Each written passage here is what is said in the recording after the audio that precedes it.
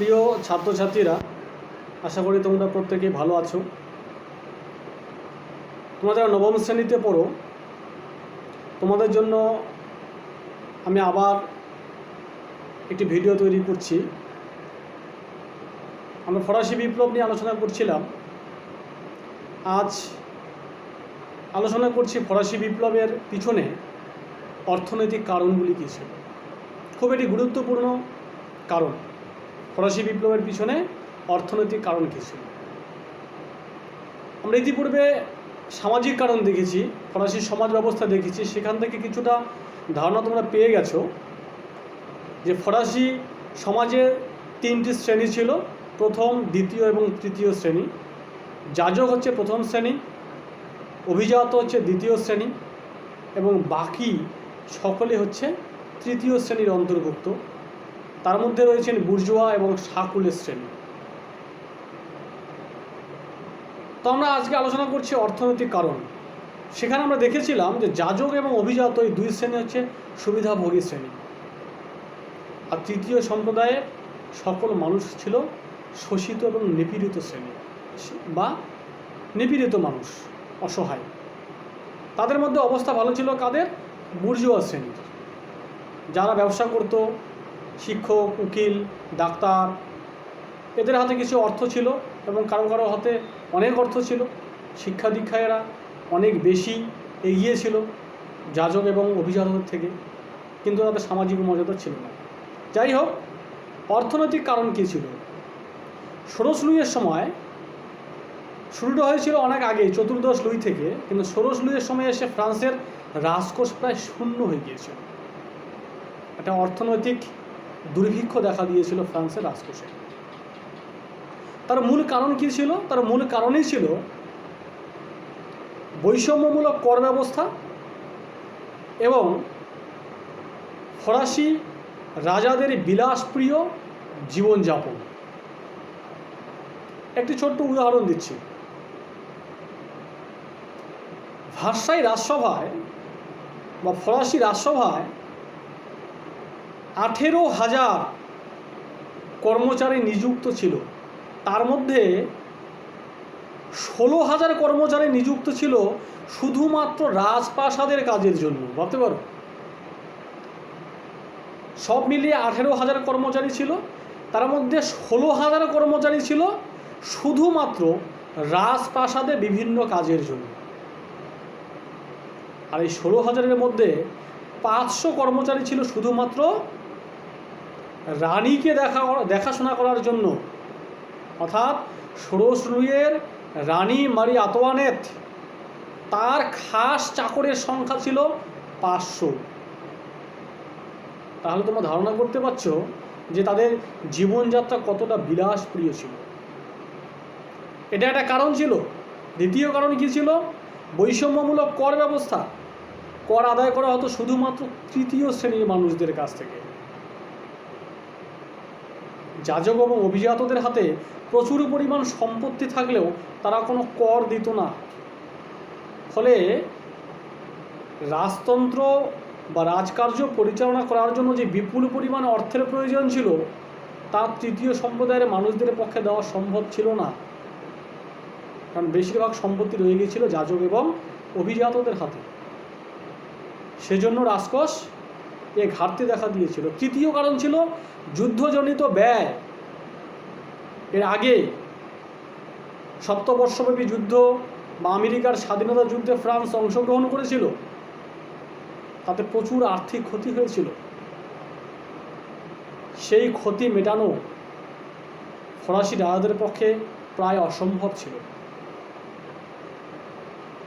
রাজকোষে যা আয় হতো তার 75 ভাগ, অর্থাৎ শতকরা 75 টাকা ব্যয় করা হয়েছিল শুধুমাত্র যুদ্ধের কারণে যে ব্যয় হয়েছিল তার জন্য। ফলে রাজকার্য পরিচালনা করা ওই 25% অর্থ দিয়েছিল অসম্ভব। বাধ্য হয়েই ষোড়শ লুই বাজার থেকে ঋণ সংগ্রহ করতে বাধ্য হয়েছিলেন বা ঋণ সংগ্রহ করেছিলেন।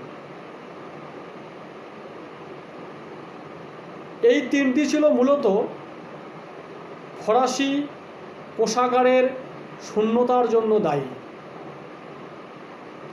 বৈষম্যমূলক কর ব্যবস্থা, এটা কিছুটা ধারণা তোমরা পেয়েই গেছো আগে থেকে। এর কতগুলি দিক ছিল। মূল দিক ছিল যে সম্পত্তির একটা বিশাল পরিমাণ অংশ, ফ্রান্সের জনসংখ্যার মাত্র 2.5 যাজক এবং অভিজাত মিলে তাদের হাতে সম্পত্তির একটা বড় পরিমাণ অংশ ছিল, কিন্তু তারা কোনো কর দিত না।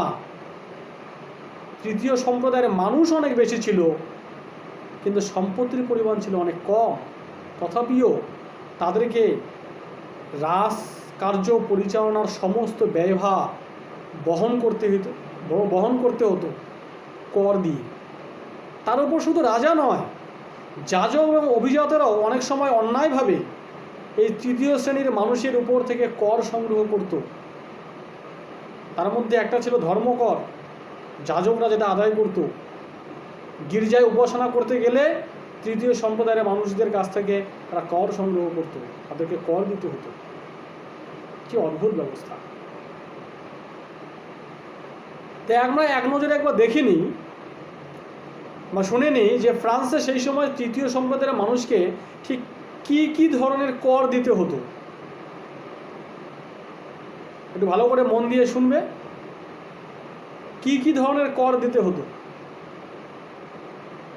প্রথম কর দিতে হতো ভূমি কর, অর্থাৎ জমি থাকলে তার জন্য কর দিতে হতো। এই করের নাম ছিল টেইলি। কি নাম ছিল? টেইলি বা ভূমি কর। দ্বিতীয় হচ্ছে আয় কর, ইনকাম করলে ট্যাক্স দিতে হয়, এখনও দিতে হয়, সে সময় ফ্রান্সেও ছিল আয় কর। তার নাম দেওয়া হয়েছিল ভিংটিয়েম বা ভিংটিয়ে। বিভিন্ন বইয়ে বিভিন্ন রকম পাবে। ভিংটিয়েম বা আয় কর। আর কি কর দিতে হয়েছিল? উৎপাদন কর। কৃষিজ ফসল উৎপাদন করছে, কৃষকরা বাজারে বিক্রি করতে যাচ্ছে, কর দিতে হবে। কুটির শিল্প বা বড় শিল্প, যে কোনো ধরনের হস্তশিল্প, সেখানে জিনিস তৈরি হচ্ছে, সেগুলো বাজারে বিক্রি করতে গেলে কর দিতে হবে, উৎপাদন কর, যার নাম দেওয়া হয়েছিল ক্যাপিটেশন। সাধারণ মানুষ যে লবণটা কিনে খেত, সেই লবণের জন্য কর দিতে হতো, তার নাম ছিল কি? গ্যাভেলা বা গ্যাভেল বা লবণ কর। আর যাজকদের দিতে হতো টাইথ বা ধর্মকর। ওই যে বললাম একটু আগে, চার্চে বা গির্জায় গেলে যাজকদের কর দিতে হতো। দিতে হতো মাদক জাতীয় দ্রব্য, পান, বিড়ি, তামাক, সিগারেট, মদ, এসব কিনতে গেলেও কর দিতে হতো। এর নাম ছিল এডস। আর দিতে হতো কি? বেগার শ্রম বা করভি। মনে করো কোথাও রাস্তাঘাট নির্মাণ হচ্ছে, কোথাও বাঁধের কাজ হচ্ছে, সাধারণ মানুষকে বাধ্যতামূলকভাবে বেগার শ্রম খাটতে হতো। এর নাম দেওয়া হয়েছিল করভি বা বেগার শ্রম কর। তার জন্য কোনো মজুরি দেওয়া হবে না, যেহেতু রাস্তা দিয়ে তারা হাঁটবে, কর হিসেবে বিনে মজুরিতে তাদেরকে কাজ করে দিতে হবে। এইভাবে তৃতীয় সম্প্রদায়ের মানুষদের উপর নানাভাবে কর আরোপ করা হয়েছিল। কিন্তু রাজা কখনোই যাজক এবং অভিজাতদের উপর কর আরোপ করেনি। বা চার্চ বা গির্জার নামে যে সম্পত্তি ছিল তার উপরেও কোনো কর আরোপ করা হয়নি।